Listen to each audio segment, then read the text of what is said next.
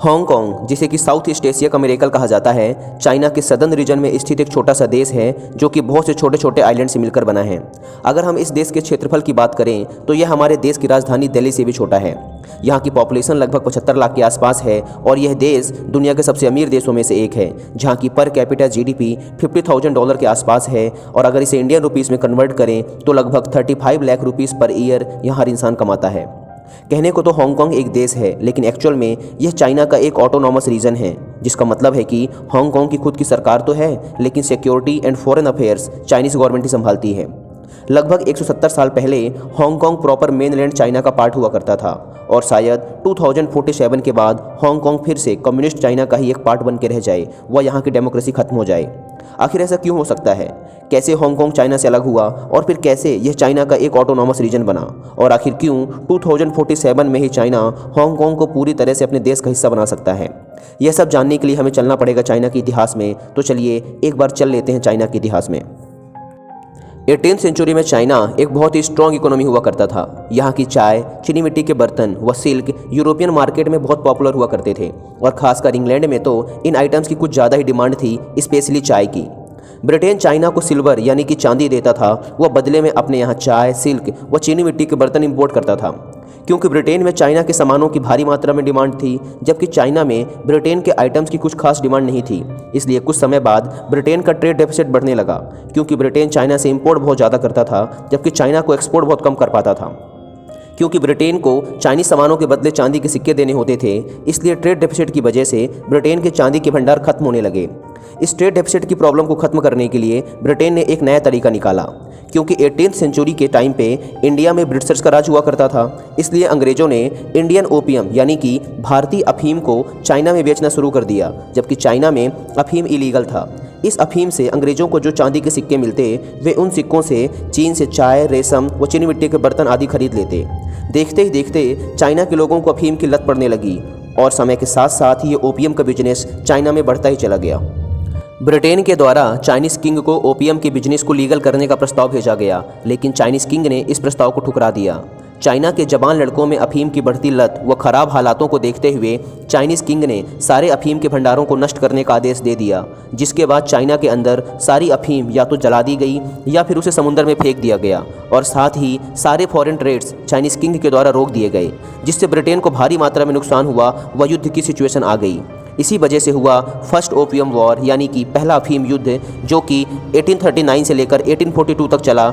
इसमें Chinese army ने अंग्रेज़ों के खिलाफ बहुत ही जल्द सरेंडर कर दिया, जिसके बाद 29 अगस्त 1842 को हुई एक ट्रीटी जिसका नाम था ट्रीटी ऑफ नैनकिंग, जो कि ब्रिटेन और चाइनीज़ किंग के बीच साइन की गई थी। इसके तहत अंग्रेज़ों ने युद्ध के नुकसान के रूप में हांगकांग आइलैंड चाइना से छीन लिया। आगे चलकर 1856 से लेकर 1860 के बीच सेकेंड ओपियम वॉर हुआ। इसमें फिर से अंग्रेज़ों की जीत हुई और फिर से अंग्रेज़ों ने युद्ध के नुकसान के रूप में Kowloon peninsula and stone cutter island China से छीन लिए। इसके कुछ सालों बाद यानी कि 1898 में चाइना व ब्रिटेन के बीच second convention of Peking sign हुआ। इसके तहत ब्रिटेन ने चीन का न्यू टेरिटरीज वाला एरिया 99 ईयर्स के लिए लीज यानी कि किराए पर ले लिया। Britain Hong Kong island, Kowloon peninsula and stone cutter island को पहले से ही जीत चुका था और अब उसने एक बहुत बड़ा एरिया, जिसे कि न्यू टेरिटरीज वाला एरिया कहा जाता था, उसे भी 99 ईयर्स की लीज पे ले लिया। और ये चारों ही इलाके जो कि उस समय अंग्रेज़ों के कब्जे में हुआ करते थे, मिलकर आज का मॉडर्न हांगकांग बनाते हैं। जैसा कि मैंने आपको पहले बताया था कि 1898 में second convention of Peking sign हुआ था, जिसके तहत न्यू टेरिटरीज वाला एरिया अंग्रेज़ों ने चाइना से 99 ईयर्स की लीज पे ले लिया था। जहां 99 ईयर्स की लीज का मतलब अंग्रेज ये मान के बैठे थे कि न्यू टेरिटरीज वाला एरिया हमेशा के लिए उनका हो गया और अब उन्हें इस एरिया को चाइना को वापस नहीं करना होगा। लेकिन 1984 में चाइना ब्रिटेन जॉइंट डिक्लेरेशन होती है। जैसा कि आप जानते हैं कि 1898 में ब्रिटेन ने न्यू टेरिटरीज वाला एरिया चाइना से 99 ईयर्स की लीज पे ले लिया था, तो 1898 से 99 ईयर्स बाद यानी कि 1997 में ब्रिटेन को यह एरिया चाइना को वापस करना पड़ेगा। लेकिन 1984 के चाइना ब्रिटेन जॉइंट डिक्लेरेशन में ब्रिटेन ने न्यू टेरिटरीज वाले एरिया के साथ साथ पूरा हांगकांग का एरिया ही चाइना को सौंपने का निर्णय लिया। लेकिन इससे पहले ब्रिटेन ने अपनी कुछ शर्तें रखी। शर्त ये थी कि चाइना को 1 कंट्री 2 सिस्टम वाला मॉडल हांगकांग के साथ फॉलो करना पड़ेगा, जिसका मतलब है कि पीपल्स रिपब्लिक ऑफ चाइना अपना सोशलिस्ट सिस्टम हांगकांग के कैपिटलिस्ट सिस्टम पर नहीं थोपेगा। हांगकांग के right of freedom, right of speech and right of press में कोई चेंजेस नहीं किए जाएंगे। पीपल्स रिपब्लिक ऑफ चाइना इन सारी चीज़ों के लिए एग्री हो गया और उन्होंने कहा कि वो हांगकांग को अगले 50 साल तक इंडिपेंडेंटली गवर्न करने देंगे, यानी कि 1997 से अगले 50 साल मतलब 2047 तक हांगकांग को ऑटोनॉमी दे दी गई, जिसकी वजह से 1 जुलाई 1997 को अंग्रेज़ों का 156 सालों का राज हांगकांग पर ख़त्म हुआ और हांगकांग स्वतंत्र रूप से 1 कंट्री 2 सिस्टम के मॉडल पर वर्क करने लगा। तो ये तो हुई हिस्ट्री की बात कि हांगकांग कैसे बना। अब हम हांगकांग के बारे में कुछ और बातें जान लेते हैं। हांगकांग का अपना खुद का सेपरेट फ्लैग है। वह हांगकांग का ऑफिशियल नाम है Hong Kong special administrative region of the People's Republic of China. Hong Kong और चाइना में मेन डिफरेंस गवर्नमेंट का है। चाइना में कम्युनिस्ट टाइप की गवर्नमेंट होती है, जबकि हांगकांग में एक डेमोक्रेटिक गवर्नमेंट है, जिससे यहाँ के लोगों के पास freedom of speech, freedom of press जैसे राइट्स हैं, जो कि चाइना के लोगों के लिए मात्र एक सपना है। हांगकांग एंड चाइना दोनों का ही हेड प्रेसिडेंट ऑफ चाइना होता है।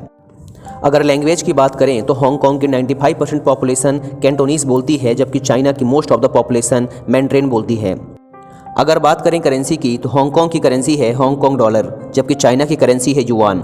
वैसे तो हांगकांग की अपनी खुद की एक फ्री डेमोक्रेटिक गवर्नमेंट है, लेकिन फॉरेन अफेयर्स और मिलिट्री रखने की पावर हांगकांग के पास नहीं है। हांगकांग के लिए ये काम पीपल्स रिपब्लिक ऑफ चाइना ही संभालता है। उसके बाद अगर पासपोर्ट की बात करें तो हांगकांग के सिटीजन्स के लिए अलग पासपोर्ट है, वो मेनलैंड चाइना के सिटीजन्स के पास अलग पासपोर्ट है। अगर हम कंक्लूजन निकालें तो हांगकांग चाइना का एक स्पेशल एडमिनिस्ट्रेटिव रीजन है, जिसे कि चाइना व यूनाइटेड किंगडम के बीच हुए जॉइंट डिक्लेरेशन की वजह से 2047 तक चाइना के द्वारा स्वतंत्र रूप से शासन चलाने की छूट दे दी गई है, except military and foreign affairs. लेकिन जिस प्रकार से चाइना धीरे धीरे हांगकांग के लोगों पर पाबंदियां लगा रहा है, हो सकता है कि 2047 के बाद चाइना पूरी तरह से हांगकांग को हड़प ले व वहाँ के लोगों की भी मेनलैंड चाइना के ही लोगों की तरह freedom of speech, freedom of press छीन ले जाए। हालांकि हांगकांग की 90% पॉपुलेशन चाइनीज़ है, लेकिन एक सर्वे के अनुसार हांगकांग के 96% लोग खुद को चाइनीज़ का सिटीजन मानते ही नहीं और ना ही चाइना को पसंद करते हैं।